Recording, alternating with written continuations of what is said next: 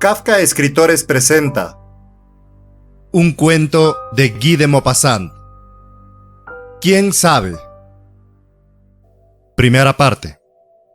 Señor, al fin tengo ocasión de escribir lo que me ha ocurrido. Pero, ¿me será posible hacerlo? ¿Me atreveré?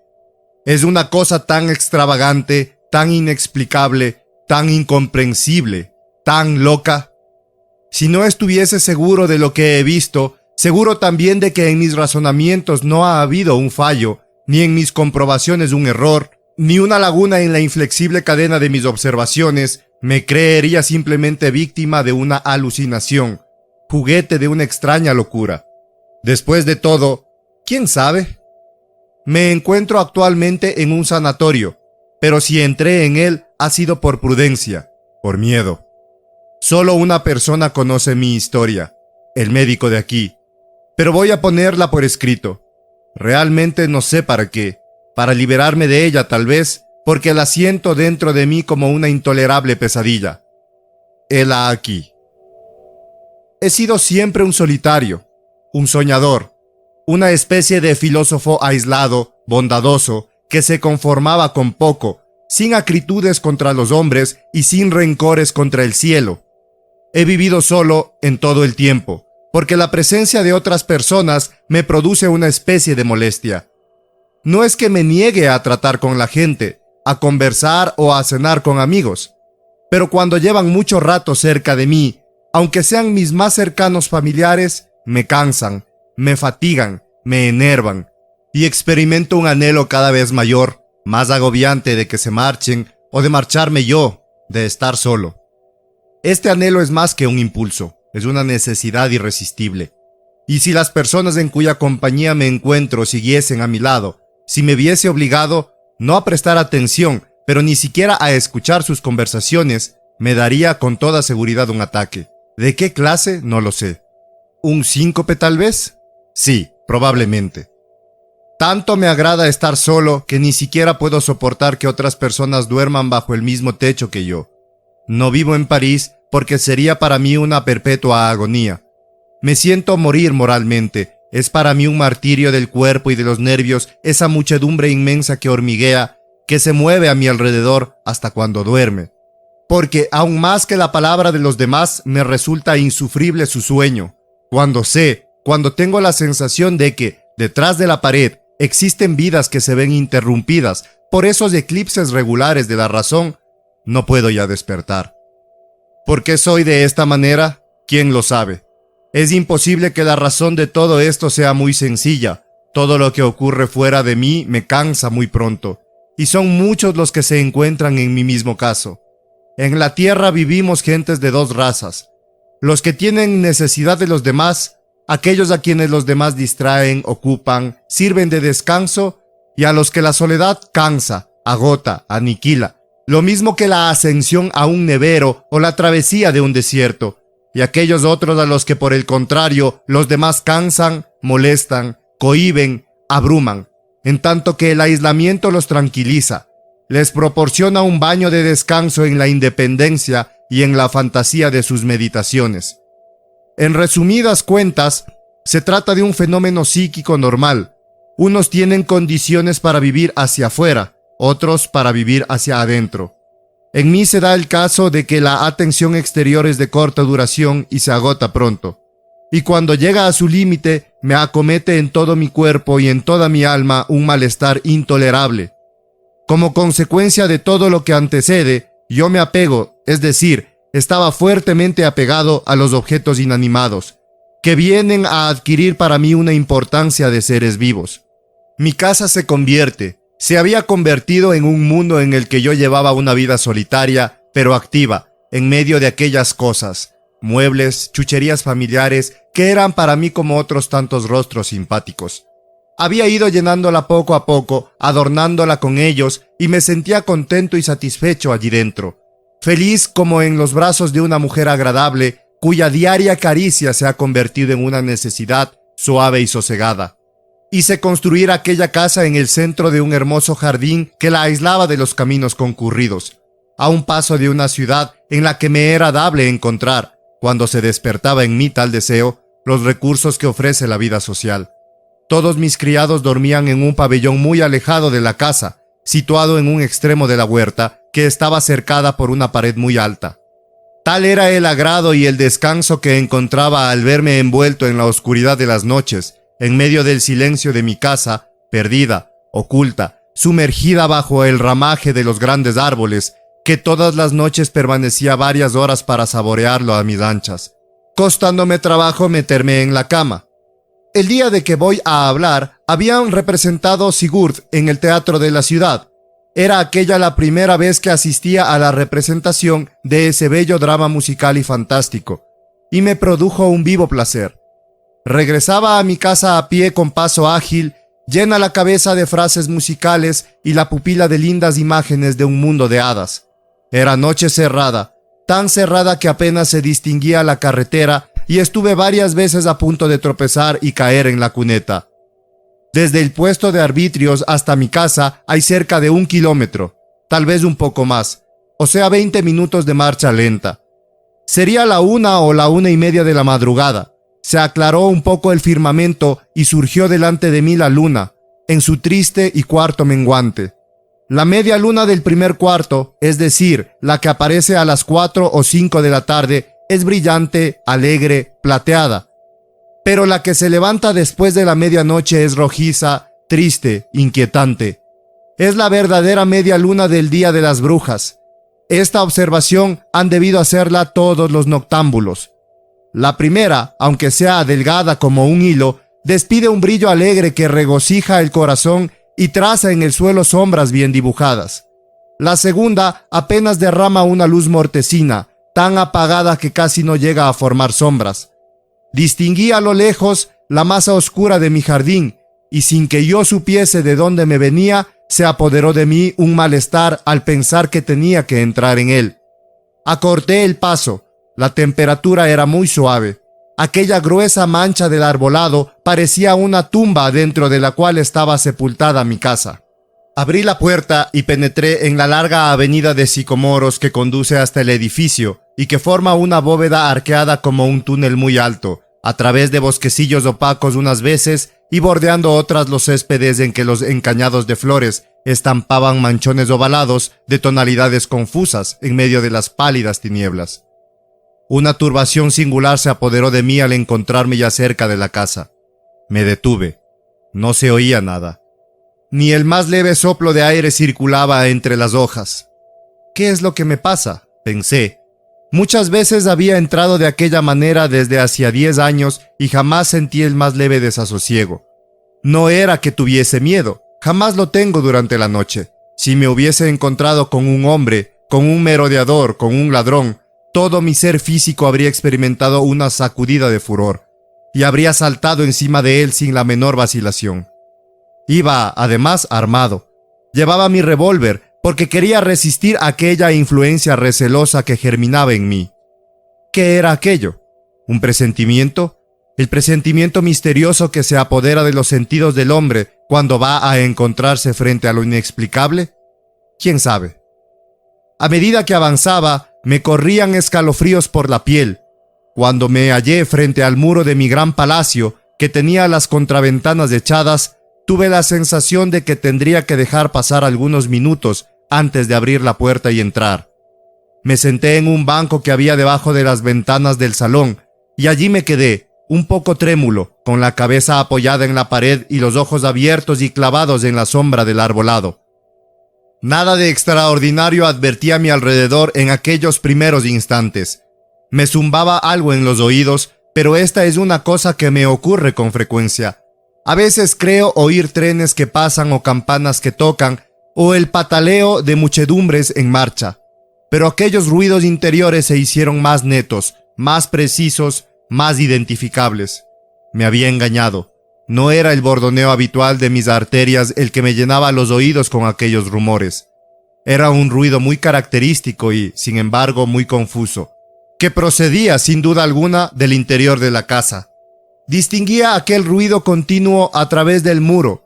Tenía casi más de movimiento que de ruido. Un confuso ajetreo de una multitud de objetos, como si moviesen, cambiasen de sitio y arrastrasen con mucho tiento todos mis muebles. Estuve largo rato sin dar crédito a mis oídos, pero aplicando la oreja a una de las contraventanas para distinguir mejor aquel extraño ajetreo que parecía tener lugar dentro de mi casa, quedé plenamente convencido, segurísimo de que algo anormal e incomprensible ocurría. No sentía miedo, pero estaba, ¿cómo lo diré?, asustado de asombro. No amartillé mi revólver, porque tuve la intuición segura de que no me haría falta. Esperé. Esperé largo rato sin decidirme a actuar, con la inteligencia lúcida, pero dominado por la inquietud. Esperé de pie y seguí escuchando el ruido, cada vez mayor, que adquiría por momentos una intensidad violenta, hasta parecer un refunfuño de impaciencia, de cólera, de motín misterioso. Me entró de pronto vergüenza de mi cobardía. Eché mano al manojo de llaves, elegí la que me hacía falta, la metí en la cerradura, di 2 vueltas y empujé con todas mis fuerzas, enviando la hoja de la puerta a chocar con el tabique. Aquel golpe resonó como el estampido de un fusil, pero le respondió, de arriba abajo de mi casa, un tumulto formidable. Fue una cosa tan imprevista, tan terrible, tan ensordecedora, que retrocedí unos pasos y, tan convencido como antes de su inutilidad, saqué el revólver de la funda. Esperé todavía, aunque muy poco tiempo. Lo que ahora oía era un pataleo muy raro en los peldaños de la escalera, en el entarimado, en las alfombras, pero no era un pataleo de calzado, de zapatos de hombre, sino de patas de madera y de patas de hierro que vibraban como címbalos.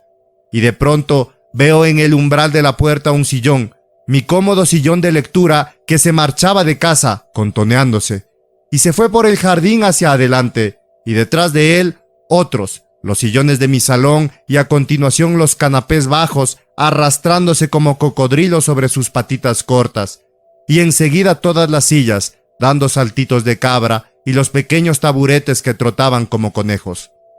Era una cosa emocionante. Me escondí en un bosquecillo y allí permanecí agazapado, contemplando aquel desfile de mis muebles, porque se marchaban todos, uno detrás de otro, con paso vivo o pausado, de acuerdo con su altura o su peso. Mi piano, mi magnífico piano de cola, cruzó al galope como caballo desbocado, con un murmullo musical en sus ijares. Los objetos menudos iban y venían por la arena como hormigas, los cepillos, la cristalería, las copas en las que la luna ponía fosforescencias de luciérnagas, las telas reptaban o se largaban a manera de tentáculos, como pulpos de mar. Vi que salía mi escritorio, mi querido escritorio, una hermosa reliquia del siglo pasado, en el que estaban todas las cartas que yo recibí, la historia toda de mi corazón, una historia antigua que me ha hecho sufrir mucho. Dentro de él habían también fotografías.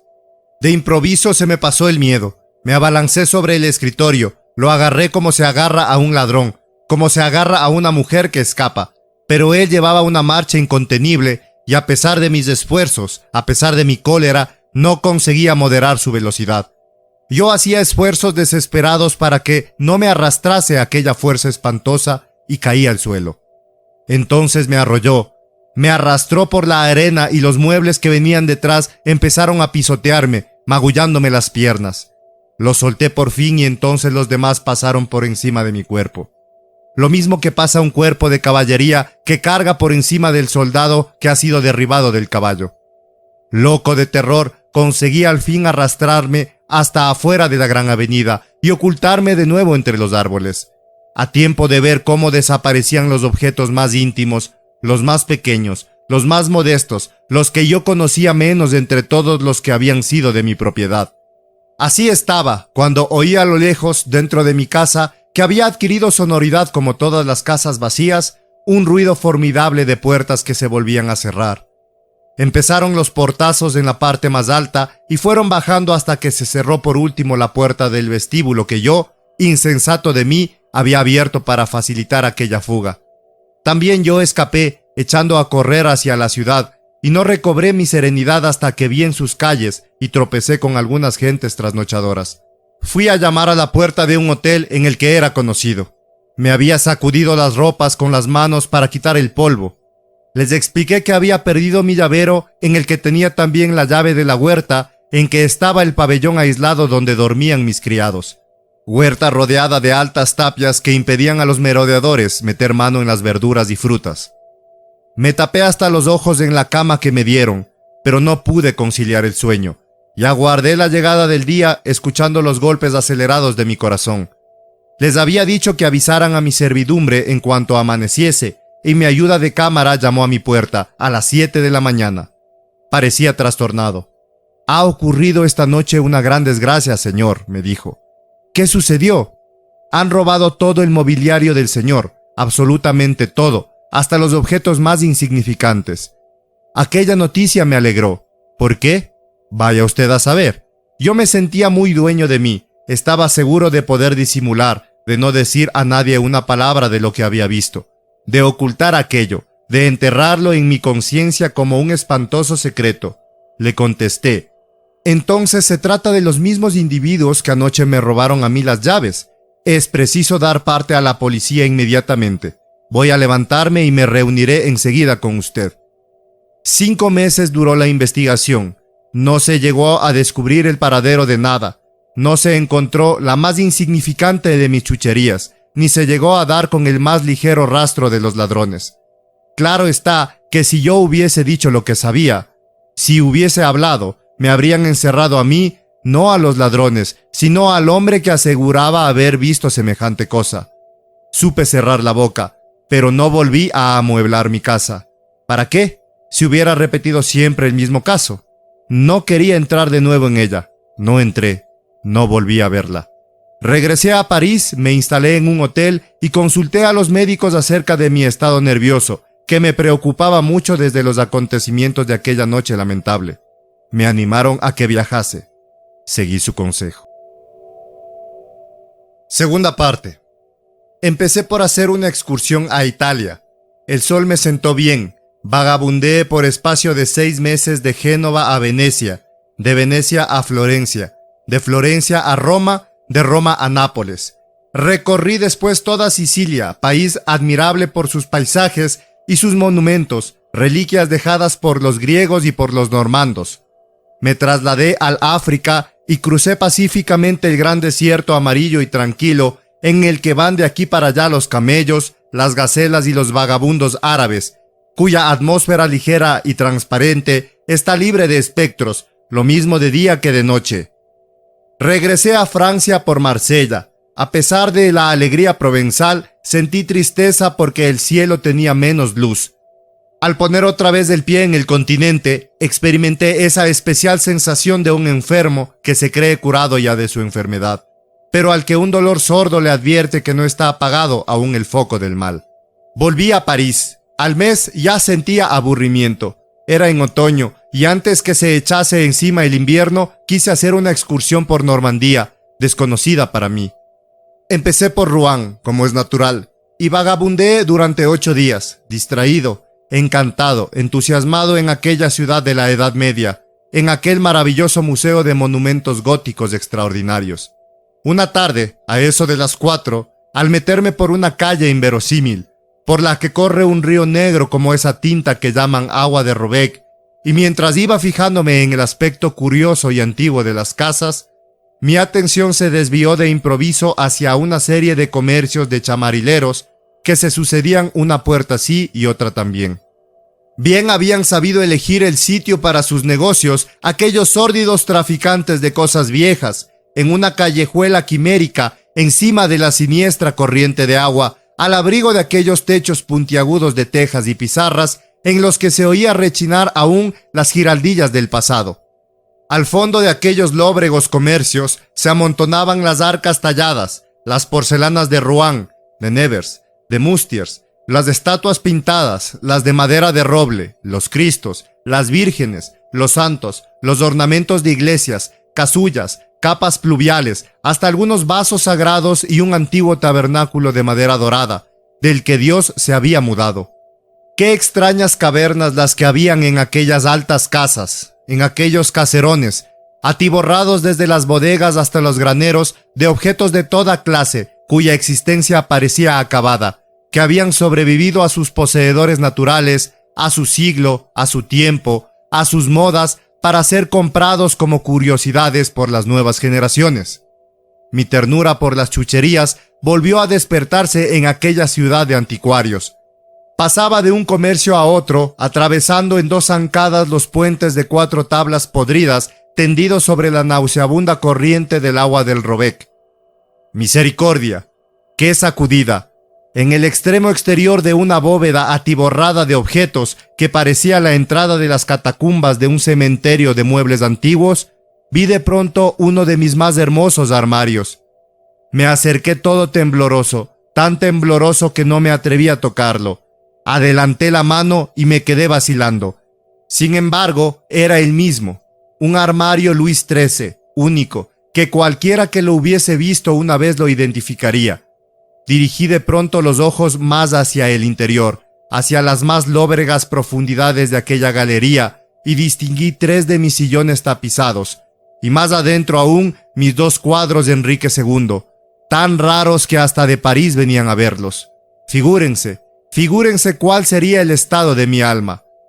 Me adelanté, atónito, agonizante de emoción, pero me adelanté porque soy valiente. Me adelanté como pudiera penetrar un caballero de las épocas tenebrosas en una mansión de sortilegios. Paso a paso fui encontrando todo lo que me había pertenecido. Mis candelabros, mis libros, mis cuadros, mis tapicerías, mis armas, todo. Menos el escritorio que llevaba mis cartas, al que no vi por parte alguna. Anduve de un lado a otro, bajando a galerías oscuras para enseguida subir a los pisos superiores. Estaba solo. Llamaba, pero nadie contestó. Estaba solo. No había nadie en aquella casa inmensa y tortuosa como un laberinto. Se echó encima la noche y tuve que sentarme en medio de aquellas tinieblas en una de mis sillas porque no quería marcharme de allí. De cuando en cuando gritaba: ¿hay alguien en casa? ¿Hay alguien en casa? ¿No hay nadie? Llevaría más de 1 hora cuando oí pasos, unos pasos callados, lentos, que no podía precisar en dónde sonaban. Estuve a punto de echar a correr, pero poniéndome rígido volví a llamar otra vez y distinguí una luz en la habitación de al lado. ¿Quién anda ahí?, preguntó una voz. Yo contesté: un comprador. Me replicaron: es muy tarde para entrar de ese modo en un comercio. Volví a decir: estoy esperándolo desde hace más de 1 hora. ¿Podía usted volver mañana? Mañana me habré marchado ya de Rouen. Yo no me atrevía a avanzar y él no venía hacia mí. Seguía viendo el resplandor de su luz que se proyectaba sobre un tapiz en el que 2 ángeles volaban por encima de los cadáveres de un campo de batalla. También era de mi propiedad, le dije. ¿Viene usted o no? Él me contestó: lo estoy esperando. Me levanté y fui hacia donde él estaba. En el centro de una habitación muy espaciosa había un hombrecito muy pequeño y muy grueso como un fenómeno, como un repugnante fenómeno. Tenía una barba extravagante, de pelos desiguales, ralos y amarillentos, pero no tenía ni un solo pelo en la cabeza. Ni un solo pelo. Como sostenía la vela encendida a todo lo que daba su brazo para verme a mí, su cráneo me hizo el efecto de una luna pequeña en aquella inmensa habitación atiborrada de muebles viejos. Tenía la cara arrugada y como entumecida, y no se le distinguían los ojos. Regateé el precio de 3 sillas que eran de mi propiedad y le pagué por ellas en el acto una fuerte cantidad, sin dar más que el número de mi habitación en el hotel. Deberían entregármelas al día siguiente antes de las 9 de la mañana. Salí y él me acompañó a la calle con mucha cortesía. Acto seguido, me dirigí a la comisaría central de la policía y relaté al comisario el robo de mis muebles y el descubrimiento que acababa de hacer. En el acto, solicitó informes por el telégrafo al juzgado que había instruido las diligencias en aquel robo, rogándome que tuviese a bien esperar la contestación. Le llegó al cabo de 1 hora y fue completamente satisfactoria para mí. Entonces me dijo: voy a mandar a que detengan a ese hombre para proceder enseguida a interrogarlo, porque pudiera ser que hubiese concebido alguna sospecha, haciendo desaparecer lo que es propiedad de usted. Vaya a cenar y vuelva dentro de un par de horas. Lo retendré aquí para someterlo a un nuevo interrogatorio en presencia de usted. Encantado, señor. Se lo agradezco de todo corazón. Cené en mi hotel con mejor apetito del que me había imaginado. Estaba de bastante buen humor. Le habíamos echado el guante. Al cabo de 2 horas, me presenté de nuevo ante el funcionario de policía que me estaba esperando. «Verá usted, caballero», me dijo en cuanto me vio, «no hemos dado con nuestro hombre. Mis agentes no han podido echarle el guante». «¿Cómo ha sido eso?». Me sentí desfallecer. «Pero han encontrado la casa, ¿verdad?», seguí preguntando. «Desde luego, será vigilada hasta que él regrese, porque ha desaparecido». «¿Qué ha desaparecido?».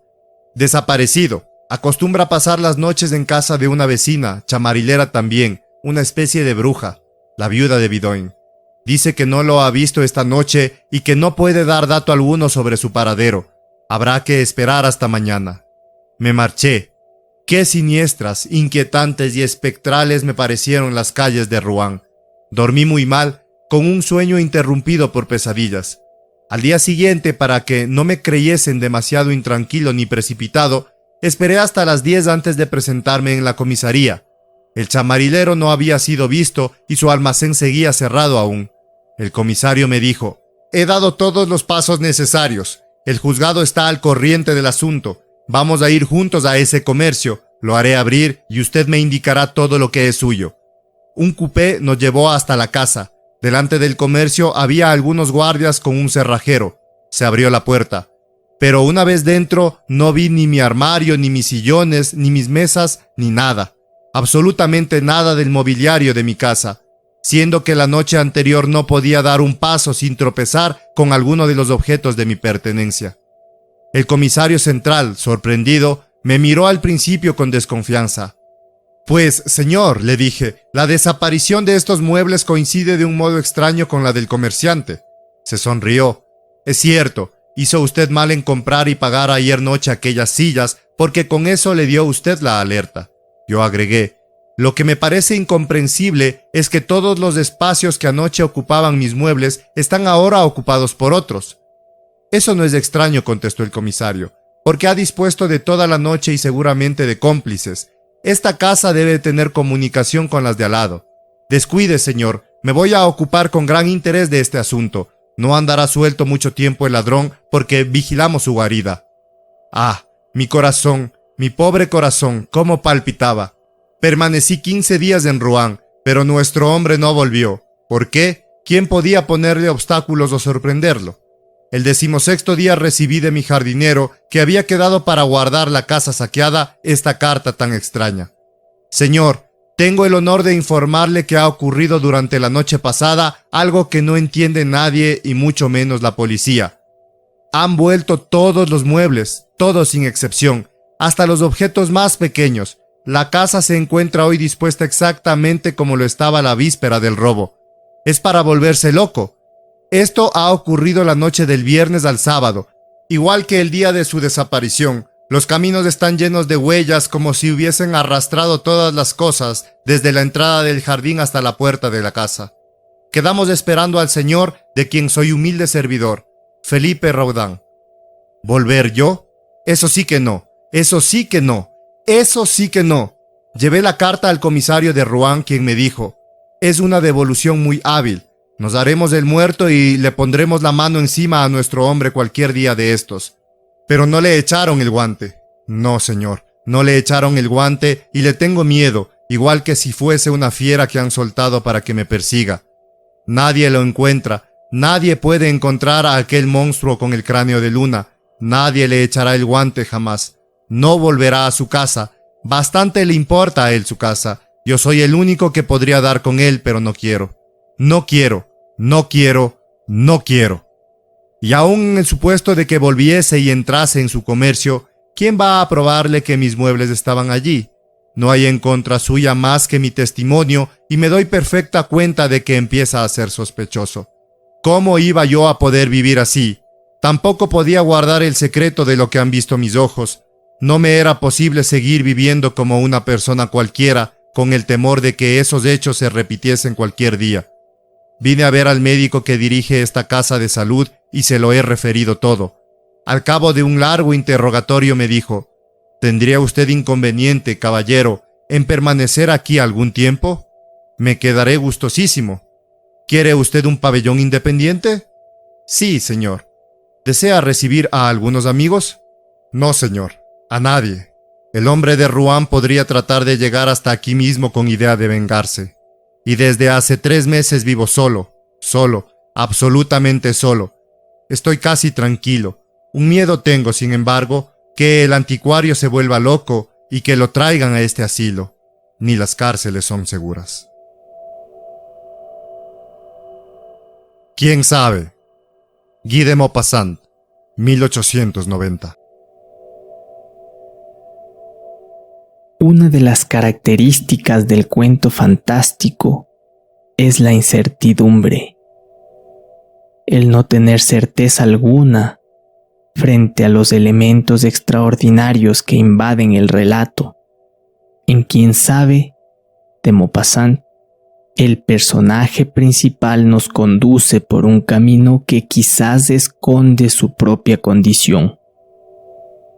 Un camino de unos cuantos privilegiados. El camino de la locura. Este escalofriante relato forma parte de una serie de cuentos que Maupassant dedicó al tema de la locura. Carta de un loco, Cuento de Navidad, La cabellera, La loca, Madame Hermet, La noche, La mano, El orla, por mencionar algunos. El personaje inicia su relato en lo que parece un hospital psiquiátrico, y el cuento es el recorrido en carta para que el lector conozca las causas de su entrada en este hospital.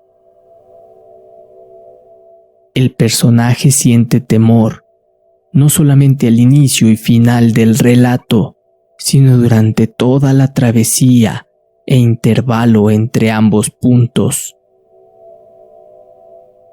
Busca paz en aquel lugar, pero como cualquier atormentado por elementos fantásticos, ninguna reja podría mantenerlo a salvo. Ninguna pared ni hospital podrían alejarlo de sus demonios internos. El personaje se caracteriza como un filósofo aislado, más solitario que misántropo. Detesta las multitudes. Reflexiona sobre las personas necesitadas de compañía y las que necesitan soledad. Los unos están dotados para vivir hacia afuera, los otros para vivir hacia adentro. El personaje construye su búnker de soledad en su casa, una característica que podría considerarse maniática. La tranquilidad con que avanza el relato parece turbada por la luna y sugestiones del personaje. En el siglo XVI fue Paracelso quien clasificó a los enfermos en insanos, melancólicos y sí, lunáticos. Su casa, que había sido comparada con la amante, tendrá el símil de una tumba. Quizá consideraba Maupassant que la soledad era un primer acercamiento a esta locura. De todas formas, el personaje necesita estar solo para que sus fantasmas intervengan sin nadie que pueda comprobarlo. La tensión del relato es dada por la incertidumbre, expectativa de lo anormal e incomprensible. El cuento es invadido por un halo de extrañeza, ese sentimiento que precede lo inexplicable. Esta sensación desemboca en los ruidos dentro de la casa. Maupassant, en algunos de sus relatos, ha tratado la incapacidad perceptiva de los sentidos y en este caso la profunda clausura de la mente. El primer momento del desfile de sus pertenencias, el lector le cree. Por más que sea inverosímil, quiero decir que, quizá en un punto más adelante del relato, el lector ya está prevenido de la locura del personaje y puede dudar de sus percepciones. El secreto frente a sus conocidos representa el hermetismo de lo fantástico por miedo a la locura. En uno de sus viajes, en el río Eau de Robert, encuentra sus pertenencias en anticuarios de los que no hay rastro. Nadie puede comprobar la presencia del hombre ni de sus pertenencias, que luego aparecerán como acto de magia nuevamente en su casa.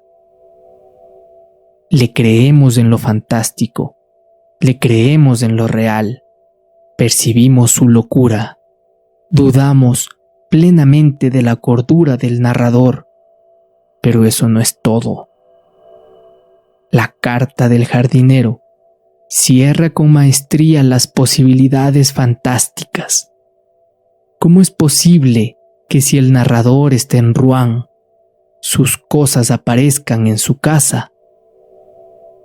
Por si nos quedaban dudas, Maupassant introduce este elemento como un jab al lector realista para noquearlo y enviarlo al mundo fantástico, donde las desapariciones y reapariciones de muebles, los fantasmas y demás tienen más presencia y validez que la misma locura.